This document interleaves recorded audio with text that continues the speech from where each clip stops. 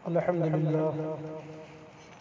لله رب العالمين والعاقبة للمتقين والصلاة والسلام على سيد المرسلين وأصحابه المطهرين أما بعد فأعوذ بالله من الشيطان الرجيم بسم الله الرحمن الرحيم يا أيها الذين آمنوا اتقوا الله وكونوا مع الصادقين قال الله تبارك وتعالى في القرآن المجيد والفرقان الحميد ألا إن أولياء الله لا خوف عليهم ولا هم يحزنون إن الله وملائكته يصلون على النبي يا أيها الذين آمنوا صلوا عليه وسلموا تسليما اللهم صل على سيدنا شفيعنا حبيبنا قريبنا طبيبنا مولانا محمد بارك وسلم صلوا عليه صلاة وسلام عليك يا رسول الله صلى الله تعالى عليه وآله وسلم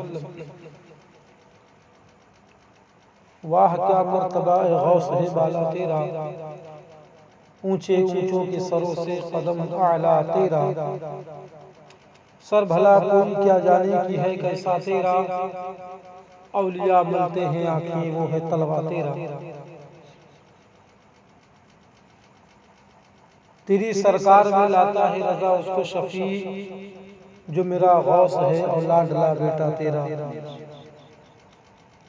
نگاہ وحی میں وہ تاثیر دیکھی بدلتی ہزاروں کی تقدیر دیکھی ولی ولی ہے ولایت کی شان رکھتے ہیں ولی نگاہ میں دونوں جہان رکھتے ہیں عزیزان ملت اسلامیہ حضرت سیدنا عبد القادر جیلانی جو مشہور ہیں سیدنا غوث اعظم رضی اللہ تعالی عنہ سیدنا غوث اعظم رضی اللہ تعالی عنہ کا شمار اولیاء اللہ میں ہوتا ہے جن پر بلا شبہ حضور نبی کریم صلی اللہ علیہ وسلم کو اپنی امت میں سب سے زیادہ فخر ہے حضور سیدنا غوث اعظم رضی اللہ تعالی عنہ نجیب الطرفین سید ہیں آپ کا سلسلہ نسب والد بزرگوار کی طرف سے حضرت سیدنا امام حسن رضی اللہ تعالی عنہ اور والدہ کی طرف سے حضرت سیدنا امام حسین رضی اللہ تعالی عنہ سے جا ملتا ہے حضور سیدنا غوث اعظم رضی اللہ تعالی عنہ سلسلہ عالیہ قادریہ کے بانی ہیں اور آپ نے اپنی عبادت و ریاضت میں یکتا اور بے مثل تھے آپ نے حضور نبی کریم صلی اللہ علیہ وسلم کے فرمان پر وعظ کا آغاز کیا اور غوث اعظم رضی اللہ تعالیٰ عنہ سے اکتساب فیض کرنے والوں میں انسانوں کے علاوہ جن بھی ہیں حضور سیدنا غوث اعظم رضی اللہ تعالیٰ عنہ نے اپنی زندگی کا بڑا حصہ عبادت و ریاضت میں بسر کیا اور آپ نے شادی نہیں کی پھر حضور نبی کریم صلی اللہ تعالی علیہ وسلم نے خواب میں آپ کو شادی کا حکم دیا اور آپ نے شادی کی حضور غوث اعظم رضی اللہ تعالی عنہ کی اولاد پاک دنیا کے کئی ممالک میں آباد ہوئے اور دین اسلام کی تبلیغ کا فریضہ انجام دیا حضور سیدنا غوث اعظم رضی اللہ تعالیٰ عنہ کو یہ شرف بھی حاصل ہے کہ آپ پیران پیر ہیں اور آپ کا فرمان ہے کہ تمام اولیاء اللہ کی گردنوں پر میرا قدم ہے اور آپ کا فرمان یہ بھی ہے کہ میرے سلسلے میں جو بھی داخل ہوگا اللہ پاک اسے مرتے وقت توبہ کی توفیق عطا فرمائے اور وہ میرے ساتھ جنت میں داخل ہوگا چنانچہ حضور سیدنا غوث اعظم رضی اللہ تعالی عنہ ارشاد فرماتے ہیں قدمی ہادی علی رقبتی کل ولی اللہ میرا یہ قدم تمام اولیاء اللہ کی گردنوں پر عزیزان ملت اسلامیہ آج میں آپ حضرات کو حضور سیدنا غوث اعظم جو بہت بڑے پیر ہیں جنہیں پیران پیر کہا جاتا ہے انہیں کے متعلق آپ کی کرامتیں آپ کی عبادت و ریاضت اور آپ کو اللہ پاک نے کتنی بڑی شان سے نوازا کہ جس طرح آقا کریم صلی اللہ تعالی علیہ وآلہ وسلم تمام انبیاء کرام میں افضل و اعلیٰ ہیں، تمام انبیاء کرام میں سب سے بلند شان اگر کسی کی ہے تو آقا کونین صلی اللہ تعالی علیہ وآلہ وسلم کی ہے۔ اسی طرح اولیاء اللہ میں سب سے بلند شان اگر کسی کی ہے تو حضور سیدنا غوث اعظم رضی اللہ تعالی عنہ کی ہے۔ حضور سیدنا غوث اعظم رضی اللہ تعالی عنہ کی پیدائش یکم رمضان المبارک 470 ہجری میں ہوئی۔ آپ ابھی کم سن تھے کہ والد بزرگوار حضرت سید ابو صالح موسیٰ جنگی دوست رضی اللہ تعالیٰ عنہ وصال فرما گئے اور یوں آپ بچپن میں سائے پدری سے محروم ہو گئے۔ آپ کی تربیت کی ذمہ داری آپ کے نانا حضرت عبداللہ سومعی رحمۃ اللہ علیہ کے کاندھوں پر آپ آن پڑی اور انہوں نے آپ کی تعلیم و تربیت پر خصوصی توجہ دی۔ حضور غوث اعظم رضی اللہ عنہ کے فرزند حضرت سید عبدالرزاق رحمۃ اللہ علیہ کا بیان ہے کہ والد صاحب کو بچپن سے ہی کھیل کود سے نفرت تھی، یعنی حضور سیدنا غوث اعظم رضی اللہ تعالیٰ عنہ کو بچپن ہی سے کھیل کود سے نفرت تھی، اور جب کبھی آپ کھیل کود کا ارادہ کرتے تو ندائے غیبی آتی کہ ہم نے تجھے کھیل کود کے لیے پیدا نہیں کیا، اور یوں آپ گھبرا کر کھیل کود سے دور ہو جاتے۔ حضور غوث اعظم رضی اللہ تعالیٰ عنہ اپنی زندگی کی ابتدائی 17 برس اپنے آبائی شہر جیلان میں ہی گزارے اور وہیں تعلیم حاصل کی۔ اس کے بعد آپ کے دل میں اعلیٰ تعلیم کا شوق بیدار ہوا اور آپ اپنی اس خواہش کا اظہار والدہ ماجدہ سے کرتے ہیں، جنہوں نے آپ کو بغداد جانے کی اجازت دی۔ والدہ ماجدہ نے حصول علم کے لیے آپ کو بغداد جانے کی اجازت دی۔ حضور سیدنا غوث اعظم رضی اللہ تعالیٰ عنہ بغداد آمد کے بعد حضرت شیخ حماد رحمۃ اللہ علیہ کی خدمت میں حاضر ہوئے، جن کا شمار اولیاء اللہ میں ہوتا تھا، بڑے اولیاء اللہ میں ہوتا تھا، اور بغداد کے قرب و جوار میں ان کا نام تھا، ان کی شہرت تھی۔ بغداد کے بے شمار اولیاء اللہ نے انہی سے فیض حاصل کیا تھا۔ آپ کا قیام بغداد شریف میں رہا۔ آپ تعلیم کی فراغت کے بعد حضرت شیخ حماد کی محفل میں شریک ہو جاتے اور ان سے روحانی فیض و برکات حاصل کرتے۔ بغداد میں آپ نے 9 برس تک مختلف علوم پر دسترس حاصل کی، اور اس وقت بغداد میں موجود تمام اکابر علماء اعظام کی صحبتوں سے بھرپور فیض حاصل کیا۔ حضور سیدنا غوث اعظم رضی اللہ تعالیٰ عنہ حصول علم کے بعد طریقت کی جانب راغب ہوئے، اور اس دوران آپ کے قلب میں مجاہدہ کی رغبت پیدا ہوئی، اور آپ چونکہ حضرت شیخ حماد کی صحبت سے بھی فیض یاب ہو چکے تھے، اس لیے طریقت کے اسرار و رموز سے آگاہ تھے۔ آپ روشن ضمیر اہل نظر تھے۔ آپ نے قرب ربانی کو پانے کے لیے خود کو مجاہدات کی بھٹی میں جلانا شروع کیا، کیونکہ راہ طریقت کا یہ پہلا اور ضروری قانون ہے۔ آپ اپنے مجاہدات کے متعلق بیان کرتے ہوئے فرماتے ہیں کہ اتنی شدت مجھ پر ہوئی کہ اگر یہ شدت اگر کسی پہاڑ پر نازل ہوتے تو وہ بھی پھٹ جاتے۔ آپ نے بغداد شہر کو چھوڑ کر جنگلوں اور ویرانوں میں رہنا شروع کر دیا۔ حضور سیدنا غوث اعظم بڑے پیر دستگیر شہنشاہ بغداد رضی اللہ تعالیٰ عنہ نے حضرت ابو سعید مخزومی رحمۃ اللہ علیہ کے دست حق پر بیعت کی سعادت آپ نے حاصل کی۔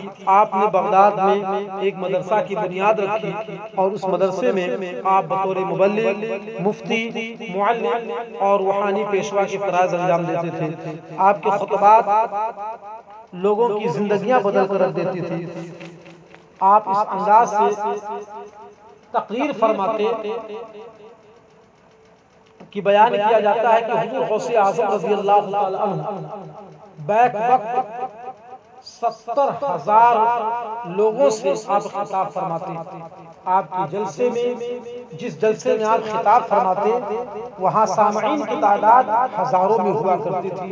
70,000 لوگ آپ کے تقریر کو سماعت فرمایا کرتے تھے اور آپ کی جو ہے تقریر کا انداز اتنا نرالا تھا اور آواز میں آپ کی اتنی طاقت و قوت تھی رب تعالیٰ کی طرف سے کہ بیان فرماتے ہیں کہ جب آپ واعظ و نصیحت فرماتے تو جتنی آواز سے آپ کے قریب والا سنتا تھا اتنی ہی آواز سب سے آخر میں جو بیٹھا رہتا تھا اسے بھی آتی تھی. سبحان اللہ. یہ حضور غوث اعظم رضی اللہ تعالیٰ عنہ کی شان ہے اور آپ کے واعظ و نصیحت سے لوگ اس قطر زار و قطار ہوتے خوف الہی میں اور اللہ رب العزت کو یاد کر کے آخرت کو یاد کر کے زار و قطار ہویا کرتے تھے. آپ کے دور کے تمام علماء اور فقہاء آپ کی عظمت اور علم کے قائل ہو چکے تھے اور دور دراز کے علاقوں سے لوگ کثیر تعداد میں آپ کی خدمت میں فتاوی کے لیے حاضر ہوتے تھے. آپ لوگوں کے پیچیدہ سے پیچیدہ مسائل حل فرمایا کرتے تھے اور فوری طور پر شرعی حل بتایا کرتے تھے. حضور سیدنا غوث اعظم رضی اللہ تعالیٰ عنہ کی عمر مبارک 91 برس کی ہو چکی تھی. آپ نے اپنے گھر والوں کو اپنی وصال کی خبر دی تو سب کی آنکھوں سے آنسو جاری ہو گئے. اللہ رب العزت نے آپ کو ایک طویل عمر سے نوازا تھا. 91 برس کی آپ کی عمر شریف ہوئی ہے. یہ حضور غوث اعظم رضی اللہ تعالیٰ عنہ کی شان ہے پیارے کہ آپ جو ہے جب 91 برس ہو چکی آپ کی عمر تو آپ نے اپنے گھر والوں کو اپنی وصال کی خبر دی. حضور سیدنا غوث اعظم رضی اللہ تعالیٰ نے اپنی وصال کی خبر دی تو سب کی آنکھوں سے آنسو جاری ہو گئے. آپ علی رہنے لگے تھے. آپ کی ذات بابرکات کا فیضان جس سے ایک عالم سیراب ہوا تھا اب اس کے جانے کا وقت آ چکا تھا. آپ اپنے صاحبزادے حضرت سید عبد الوہاب رحمۃ اللہ علیہ سے فرمایا کہ تم مجھ سے دور ہو جاؤ کیونکہ میں بظاہر تمہارے ساتھ ہوں مگر میرا باطن اللہ کے ساتھ ہے. اور اس وقت کچھ لوگ یہاں تشریف لانے والے ہیں. حضور غوث اعظم رضی اللہ تعالی عنہ بیان فرماتے ہیں کہ میں تو بظاہر تمہارے ساتھ ہوں مگر میرا باطن اللہ رب العزت کے ساتھ ہے. تو حضور سیدنا غوث اعظم رضی اللہ تعالی عنہ کی شان ہے. حضور سیدنا غوث اعظم رضی اللہ تعالی عنہ نے وصال سے قبل کلمہ طیبہ کا ورد کیا پھر اللہ کی تسبیح پڑھنا شروع کر دی اور اس کے ساتھ ہی اپنی جان مال کی حقیقی کو سپرد کر دی. آپ کا مزار مبارک بغداد شریف کے وسط میں واقع ہے. یہ وہی جگہ ہے جہاں اپنی مدرسہ کی بنیاد رکھی تھی اور آپ کے دربار سے متصل بے شمار مریدین اور ارادت مندوں کے مزارات بھی ہیں. بے شمار لوگ روزانہ آپ کے مزار پاک پر حاضر ہوتے ہیں اور روحانی فیض و برکات سے مالا مال ہوتے ہیں. آج بھی حضور سیدنا غوث اعظم رضی اللہ تعالی عنہ کا روحانی فیض جاری ہے اور حضور غوث اعظم رضی اللہ تعالی عنہ ارشاد فرماتے ہیں اگر میرا مرید جو ہے مشرق میں ہو اور میں مغرب میں رہوں اور اس کا سطر کھل جائے تو میں اس کی سطر پوشی کر دیا کرتا ہوں. سبحان اللہ. اور حضور غوث اعظم رضی اللہ تعالی عنہ کی شان ہے پیارے. آپ فرماتے ہیں میں پوری دنیا کو ایسے دیکھتا ہوں جیسے ہاتھ کی ہتھیلی پر رائی کا دانہ. سبحان اللہ. اس قدر رائی کے دانے کی شکل میں آپ پوری دنیا کو دیکھ رہے ہیں, پوری دنیا کو دیکھتے ہیں. یہ حضور غوث اعظم رضی اللہ تعالی عنہ کے دیکھنے کا حال ہے پیارے کہ آپ پوری دنیا کا مشاہدہ فرماتے ہیں. پوری دنیا آپ کی نگاہوں کے سامنے ہے اور آپ جو ہے اس طرح دیکھ رہے ہیں جیسے ہاتھ کی ہتھیلی کے رائی کا دانہ ہو. تو حضور غوث اعظم رضی اللہ تعالی عنہ کے دیکھنے کا یہ عالم ہے تو بتاؤ آقا کونین صلی اللہ تعالی علیہ وسلم کے دیکھنے کا عالم کیا ہوگا جب ان کے گدا بھر دیتے ہیں شاہان زمانہ کی جھولی. محتاج مختار کا عالم کیا ہوگا, محتاج کا جب یہ عالم ہے مختار کا عالم کیا ہوگا. چنانچہ میں آپ حضرات کو بتاتا چلوں حضور غوث اعظم رضی اللہ تعالی عنہ کی کرامتیں بے شمار ہیں. آپ سمجھیں کہ حضور نبی کریم صلی اللہ تعالی علیہ وسلم کہ جتنے معجزات آپ کو عطا کیے گئے اور حضور غوث اعظم رضی اللہ تعالیٰ عنہ کو بے شمار کرامتوں سے بھی نوازا گیا، جس طرح آقا کونین صلی اللہ علیہ وسلم کو معجزات سے نوازا گیا پیارے۔ حضرت جنید بغدادی رحمۃ اللہ تعالی علیہ نے حضور غوث اعظم رضی اللہ تعالیٰ عنہ کی پیدائش کی خبر دی۔ ایک دن آپ رحمۃ اللہ علیہ مراقبہ میں تھے اور آپ نے مراقبہ سے سر اٹھایا اور فرمایا مجھے عالم غیب سے خبر دی گئی ہے کہ 5ویں صدی ہجری کے وسط میں ایک قطب عالم پیدا ہوگا جس کا لقب محی الدین ہوگا اور اس کا نام عبد القادر ہوگا۔ وہ غوث زماں ہوگا اور حضور صلی اللہ علیہ وسلم کی اولاد پاک سے ہوگا، اور وہ ائمہ اربعہ اور صحابہ کرام رضی اللہ تعالیٰ عنہ کے علاوہ سب اولیاء اللہ کے متعلق کہے گا میرا یہ قدم ان کی گردنوں پر ہے، میرا یہ قدم ان کی گردنوں پر ہے۔ حضور سیدنا غوث اعظم رضی اللہ تعالیٰ فرماتے ہیں کہ 511 ہجری میں میں برہنہ پاؤں بغداد کی جانب عازم سفر تھا۔ راستہ میں مجھے ایک بیمار کمزور رنگ والا شخص ملا۔ جب میں اس کے نزدیک آیا تو اس نے میرا نام لے کر مجھے پکارا اور مجھے سلام کیا۔ جب میں اس کے نزدیک پہنچا تو اس نے مجھ سے کہا مجھے سہارا دو۔ چنانچہ حضور غوث اعظم رضی اللہ تعالیٰ عنہ بیان فرماتے ہیں میں نے اسے سہارا دیا، میں نے اسے سہارا دیا اور دیکھتے ہی دیکھتے وہ تندرست ہو گیا اور توانا ہو گیا اور اس کا چہرہ تر و تازہ ہو گیا۔ میں نے یہ منظر دیکھا تو گھبرا گیا، تو اس نے مجھ سے کہا پریشانی کی کوئی بات نہیں۔ حضور سیدنا غوث اعظم رضی اللہ تعالیٰ بیان فرماتے ہیں اس شخص کی بات سن کر میرے چہرے پر اطمینان کی کیفیت طاری ہوئی۔ پھر اس نے مجھ سے پوچھا کیا تم مجھے جانتے ہو؟ میں نے انکار کر دیا تو اس نے کہا کہ میں دین اسلام ہوں اور میں قریب المرگ تھا، اللہ رب العزت نے مجھے تمہارے ذریعے دوبارہ زندہ کر دیا، اللہ رب العزت نے مجھے تمہارے ذریعے دوبارہ زندہ کر دیا۔ حضور غوث اعظم رضی اللہ تعالیٰ عنہ فرماتے ہیں کہ پھر اس شخص سے رخصت ہونے کے بعد میں بغداد پہنچا اور جامع مسجد میں نماز کی غرض سے داخل ہوا۔ ابھی میں جامع مسجد کے دروازے پر ہی تھا کہ ایک شخص آگے بڑھا اور اس نے میرے جوتے کو پکڑ لیا، جوتے پکڑ کر مجھے یا سیدی محی الدین کہہ کر پکارا، اور پھر جب میں نماز کے لیے کھڑا ہوا تو چاروں جانب سے، ہر چہار جانب سے لوگ آ کر میرے ہاتھ چومنے لگے اور مجھے یا محی الدین کر کے پکارنے لگے۔ حضور سیدنا غوث اعظم رضی اللہ تعالیٰ بیان فرماتے ہیں اس یہ لقب جو محی الدین کر کے مجھے پکارا گیا، اس سے قبل مجھے کسی نے بھی محی الدین نہیں کہا تھا، مجھے کسی نے بھی محی الدین نہیں کہا تھا اس سے قبل۔ اللہ اکبر۔ آقا جو ہے غوث اعظم رضی اللہ تعالیٰ عنہ نے دین اسلام کو زندہ کر دیا ہے۔ وہ کمزور پڑ چکا تھا، حضور غوث اعظم رضی اللہ تعالیٰ نے اسے سہارا دیا اور آپ کا لقب ہو گیا محی الدین، دین کو زندہ کرنے والے۔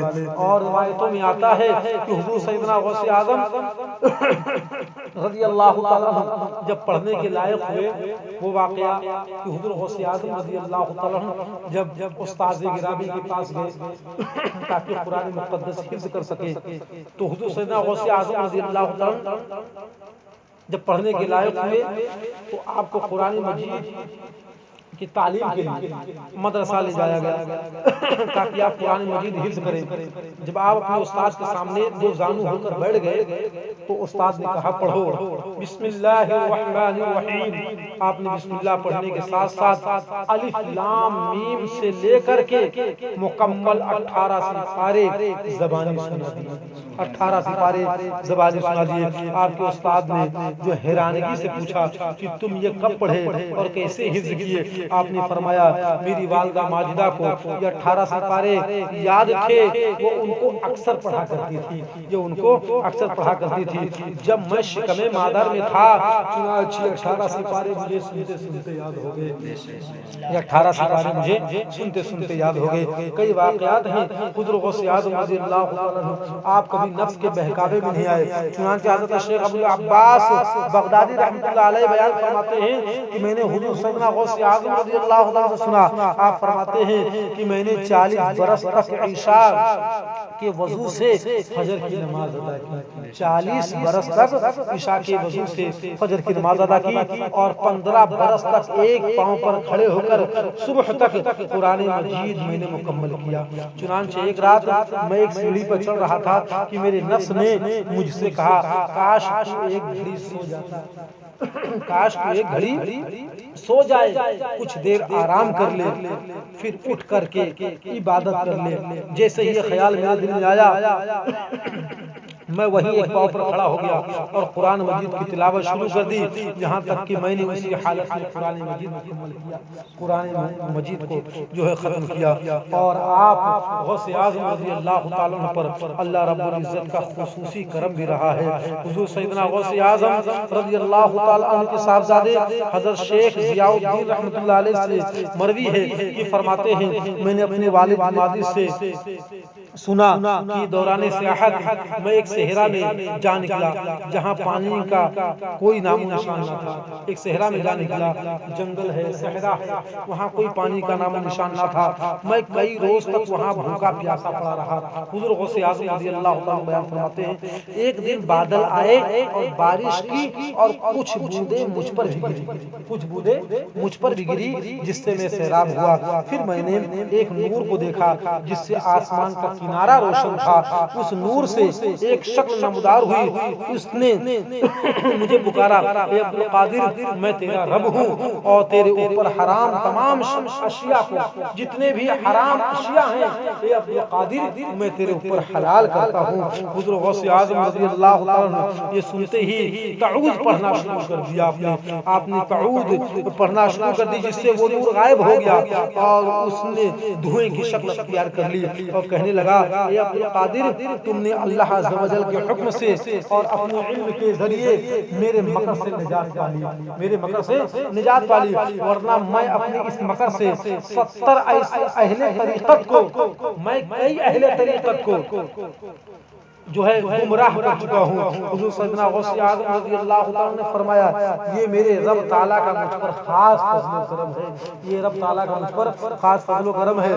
جب لوگوں نے آپ سے اس کے متعلق پوچھا یہ کیسے آپ کو معلوم ہوا کہ وہ شیطان ہے، آپ نے فرمایا شیطان کی اس قول سے کہ میں حرام اشیاء کو تجھ پر حلال کرتا ہوں، تمام حرام اشیاء حلال کرتا ہوں، مجھے معلوم ہے اللہ عز و جل کبھی بھی بری چیزوں کا حکم نہیں دیتا، اللہ رب العزت کبھی بھی بری چیزوں کا حکم نہیں دیتا، اور جو چیز شریعت محمدی میں حرام ہے اسے صرف میرے لیے حلال کیسے کیا جا سکتا ہے؟ جو شریعت محمدی میں جو چیزیں حرام ہے وہ میرے لیے کیسے حلال ہو سکتا ہے؟ منقول ہے کہ حضور سیدنا غوث اعظم رضی اللہ تعالیٰ کی محفل میں لوگوں کا بے پناہ ہجوم ہوتا تھا، مگر آپ کی آواز کہ میں نے بیان کیا آپ کی آواز نزدیک اور دور سب کے لیے یکساں ہوا کرتی تھی۔ آج وعظ فرمایا کرتے تھے تو جس طرح قریب کے لوگ سنا کرتے تھے اس طرح جو ہے دور کے لوگ سنا کرتے تھے، اور حضور سیدنا غوث اعظم رضی اللہ تعالیٰ کی شان بڑی بلند ہے پیارے۔ حضور غوث اعظم رضی اللہ تعالیٰ عنہ کو اللہ پاک نے بے پناہ شانوں اور عظمت سے نوازا ہے۔ حضور سیدنا غوث اعظم رضی اللہ تعالیٰ عنہ کی صلہ رحمی دیکھ لیں، آپ مادر زاد ولی ہیں، آپ کی صلہ رحمی بھی ہے کہ حضور غوث اعظم رضی اللہ عنہ کے فرزند سیدنا عبد الرزاق رضی اللہ عنہ بیان فرماتے ہیں کہ ایک مرتبہ آپ سفر حج پر تشریف لے گئے، خادمین کی ایک کثیر تعداد یعنی ایک جماعت آپ کے ساتھ تھی، آپ کا گزر ایک گاؤں سے ہوا، آپ نے خدام کو حکم دیا اس بستی میں جا کر کے سب سے زیادہ مفلس اور نادار گھر کو تلاش کرو۔ خدام نے تلاشی جو ہے شروع کر دی تو انہیں ایک بوڑھے اور محتاج بوڑھے محتاج میاں بیوی کا گھر مل گیا جہاں وہ اپنی بچی کے ہمراہ رہتے تھے. ایک لڑکی تھی اس کے ہمراہ رہتے تھے. حضور غوث اعظم رضی اللہ عنہ جب اطلاع دی گئی تو آپ نے اس کے گھر تشریف لے گئے. آپ کے خدام بھی ہمراہ تھے. آپ کی خدمت میں بے شمار تحائف اہل علاقہ کی جانب تحفہ تحائف بے شمار حضور غوث اعظم رضی اللہ تعالیٰ کی خدمت میں لوگوں نے پیش کی. جب حضور غوث اعظم رضی اللہ تعالیٰ کی خدمت میں جب لوگوں نے اس تحائف کو پیش کیا تو آپ نے اس سارے تحائف کو نذرانوں کو اس سارے جو ہے تحفوں کو حضور غوث اعظم رضی اللہ تعالیٰ نے ان میاں بیوی اور ان کی بیٹی کو دے دیا. اور وہ نادار لوگ جو تھے آپ کی برکت سے مالا مال ہو گئے. یہ حضور غوث اعظم رضی اللہ تعالیٰ کہ جو غریبوں محتاجوں کی جو ہے آپ جو ہے امداد فرمایا کرتے ہیں. آپ اتنے بڑے پیر کہ آپ نے اپنی نگاہ ولایت سے دیکھ لیا اور آپ نے اپنی نگاہ ولایت سے جو ہے یہ جو ہے معائنہ کر لیا کہ جو ہے کوئی غریب نادار ہو اور اسے جو ہے اپنی جو ہے اپنے ذریعہ کسی کا فائدہ کرایا جائے. حضور غوث اعظم رضی اللہ تعالی عنہ نے اس تحائف کو جو ہے اس غریب بوڑھے میاں بیوی اور ان کی بیٹی کو دے کر کے آپ نے یہ بتا دیا ہے کہ جب بھی کوئی پیر اپنے جو ہے غریب مرید سے اپنے جیب کو نہ بھرے بلکہ غریب مرید کا بھی خیال کیا کرے, غرباء کا بھی خیال کرے, مساکین کا بھی خیال کرے. آج کے پیروں کی اگر بات کرے اللہ ماشاءاللہ سب کی بات تو نہیں کرتے لیکن زیادہ تر لوگ تو یہی خیال ہے کہ جو ہے اپنی جیبوں کو بھرا جائے اور جو ہے لیکن یہ حضور غوث اعظم رضی اللہ تعالیٰ کی شان ہے کہ آپ غریبوں کا بھی خیال فرما رہے ہیں. اس قدر صلہ رحمی ہے قیمتی سے قیمتی نذرانے لوگ پیش کر رہے ہوں اور حضور غوث اعظم رضی اللہ تعالیٰ ان نذرانوں کو جو ہے غریبوں کے حوالے کر رہے ہیں. سبحان اللہ سبحان اللہ. یہ حضور غوث اعظم رضی اللہ تعالیٰ ان کی شان ہے کہ آج کے پیران عظام جو ہیں پیر ہیں وہ ان سے سبق حاصل کریں اور ان سے سیکھیں کہ اگر صحیح معنوں میں پیر ہو تو کیسا ہونا چاہیے. ہمیں حضور غوث اعظم رضی اللہ تعالیٰ کے نقش قدم پر مولا چلنے کی توفیق رفیق عطا فرمائے. اور یہاں پہ نہیں پیارے حضور غوث اعظم رضی اللہ تعالیٰ کی بارگاہ میں لوگ اندھے آتے یا کوئی کوڑھی آتا وہ بھی شفا یاب ہو کر کے جایا کرتا تھا. چنانچہ میں آپ کو بتاؤں کہ حضرت شیخ ابو الحسن بیان فرماتے ہیں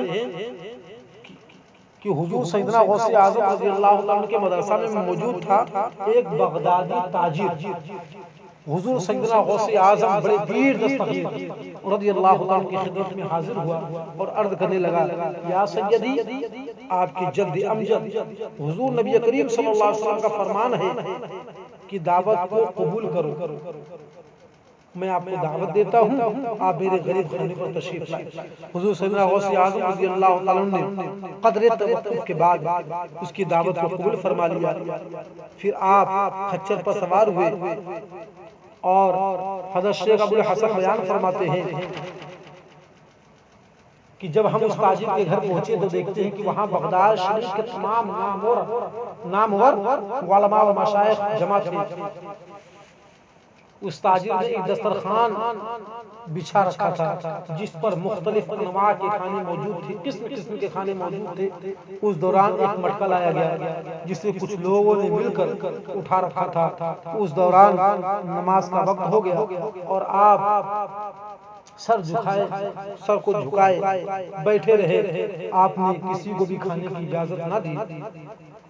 کچھ دیر کے بعد آپ نے اپنا سر مبارک اٹھایا اور حکم دیا اس مٹکے کو کھول دو. چنانچہ اس مٹکے کو کھولا گیا تو اس میں سے تاجر کا ایک اندھا اور مفلوج لڑکا نکلا.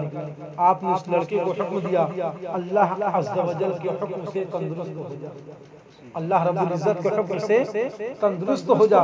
حضور غوث اعظم رضی اللہ عنہ کا یہ فرمانا تھا کہ وہ لڑکا تندرست ہو گیا اور ایسے دوڑنے لگا, ایسا تندرست ہوا اور تندرست ہونے کے بعد ایسے دوڑنے لگا کہ گویا کہ کبھی بیماری ہی نہ تھا. یہ منظر دیکھ کر کے تمام حاضرین میں شور برپا ہو گیا. یہ حضور غوث اعظم رضی اللہ تعالیٰ کی کرامت ہے کہ آپ جو ہے اندھے ہو, کوڑھی ہو, مفلوج ہو، حضور غوث اعظم رضی اللہ تعالیٰ عنہ کے در سے سب کو شفا یابی ملتی ہے۔ یہ حضور غوث اعظم رضی اللہ تعالیٰ عنہ کی شان ہے کہ اللہ رب العزت نے آپ کو کتنی کرامتوں سے اور کتنی شان سے اللہ پاک نے آپ کو نوازا ہے۔ سبحان اللہ۔ سیدنا عبد القادر رضی اللہ تعالیٰ عنہ حضور غوث اعظم شہنشاہ بغداد، پیران پیر، روشن ضمیر کا ہم سبوں کو اللہ پاک صدقہ عطا فرمائے۔ اور حضور سیدنا عبد القادر جیلانی رضی اللہ تعالیٰ عنہ کا ایک واقعہ بہت مشہور و معروف واقعہ ہے، آپ حضرات نے بارہا سنا ہوگا کہ حضرت ابو سعد کا بیان ہے کہ ان کی کنواری بیٹی، ان کی ایک کنواری بیٹی جس کا نام فاطمہ بتایا جاتا ہے، ایک روز اچانک مکان کی چھت پر سے غائب ہو گئی۔ کافی کھوج لگایا مگر اس کی بابت کوئی پتہ نہ چل سکا۔ چنانچہ حضرت ابو سعد کا بیان ہے کہ میں ہر طرف سے مایوس ہو کر شیخ عبد القادر کی خدمت میں حاضر ہوا۔ انہوں نے فرمایا کہ کچھ دور جنگل، وہاں کرخ کا جنگل ہے، آج رات تم وہاں چلے جانا اور ٹیلے کے قریب زمین پر ایک دائرہ کھینچ کر وہاں بیٹھ جانا۔ جب کافی رات گزر جائے، دائرہ کھینچنے کا حکم دیا، بسم اللہ الرحمن الرحیم پڑھ کر اور حضور غوث اعظم رضی اللہ تعالیٰ عنہ کا نام لے کر دائرہ کھینچ کر کے تم وہاں بیٹھ جانا۔ جب کافی رات گزر جائے تب جنوں کی ایک جماعت تمہارے پاس آئے گی جن کی صورتیں بہت خوفناک اور ڈراونی ہوں گی، مگر تمہیں ہمت سے کام لینا ہوگا۔ پھر اگلی صبح جنوں کا سردار ایک لشکر کے ہمراہ تمہارے پاس آئے گا اور وہ تم سے وہاں آنے کا مقصد پوچھے گا۔ تم جنوں کے سردار سے کہہ دینا کہ مجھے عبد القادر نے بھیجا ہے، مجھے عبد القادر نے بھیجا ہے، اور اس کے ساتھ ہی تم اس کے سامنے اپنی بیٹی کا واقعہ بیان کر دینا۔ ابو سعید کا بیان ہے کہ جب میں شیخ صاحب کی ہدایت پر عمل کرتے ہوئے وہ ٹیلے کے پاس دائرے میں بیٹھ گیا تو خوفناک قسم کے چہرے چاروں اطراف سے میری جانب بڑھنے لگے، مگر ان میں سے کسی نے بھی دائرے میں داخل ہونے کی جرت تک نہ کی۔ تمام رات جو ہے قسم کے خوفناک ڈراؤنے چہروں سے جماعتوں کی صورت میں دائرے کے قریب آتے رہے، مختلف طریقے سے مجھے خوف زدہ کرتے رہے، مگر شیخ کی ہدایت کے مطابق میں ہمت کر کے ڈٹا رہا۔ پھر اگلی صبح جنوں کا سردار خچر پر سوار ہو کر میرے پاس آیا اور مجھ سے میرے آنے کی وجہ دریافت کی۔ میں نے اسے بتا دیا کہ مجھے شیخ عبد القادر نے جو ہے اس کے پاس بھیجا ہے۔ میں نے سردار کو اپنی لڑکی کے غائب ہونے کا واقعہ جو ہے بتا دیا۔ اس پر سردار نے اپنے ساتھیوں سے مخاطب ہو کر کے کہا، بولو یہ کام کس کا ہے؟ اپنے جناتوں کے گروہ سے مخاطب ہو کر کے اس سردار جن نے کہا، بتاؤ یہ کام کس کا ہے؟ مگر سب نے اپنی لا علمی کا اظہار کیا، جس پر سردار نے انہیں چھان بین کے لیے روانہ کر دیا۔ چند ہی لمحوں بعد وہ ایک جن کو پکڑ لائے جن کے ساتھ میری گمشدہ لڑکی فاطمہ بھی تھی۔ مجھے ان جنوں کے زبانی معلوم ہوا کہ میری بچی کو اٹھانے والے جن کا تعلق جو ہے فلاں علاقے سے ہے۔ سردار نے اسے کہا، ارے بدبخت، تو نے قطب کے جو ہے قطب کی رکابی کے نیچے سے چوری کر کے ہم سب کو نادم کر دیا۔ جس پر جن نے جواب دیا، سردار مجھے یہ لڑکی اتنی اچھی لگی کہ میں اسے اٹھانے پر مجبور ہو گیا، مزید اپنی صفائی میں میرے پاس کہنے کو اور کچھ نہیں ہے۔ ابو سعد کا بیان ہے کہ سردار نے میری بیٹی کو میرے حوالے کر دیا اور جو ہے اس جن کے گردن اڑانے کا حکم دے دیا۔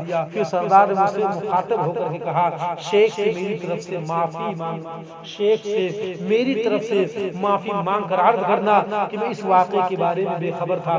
ان شیخ سے کہنا، سیدنا عبد القادر رضی اللہ تعالیٰ سے کہنا کہ اس معاملے کی خبر مجھے نہ تھی۔ جنوں کے سردار نے شیخ کے بارے میں بتا دیا کہ وہ انتہائی فرما بردار ہے، کیونکہ اللہ تعالیٰ نے انہیں جن و انس پر بھی غلبہ دیا ہے۔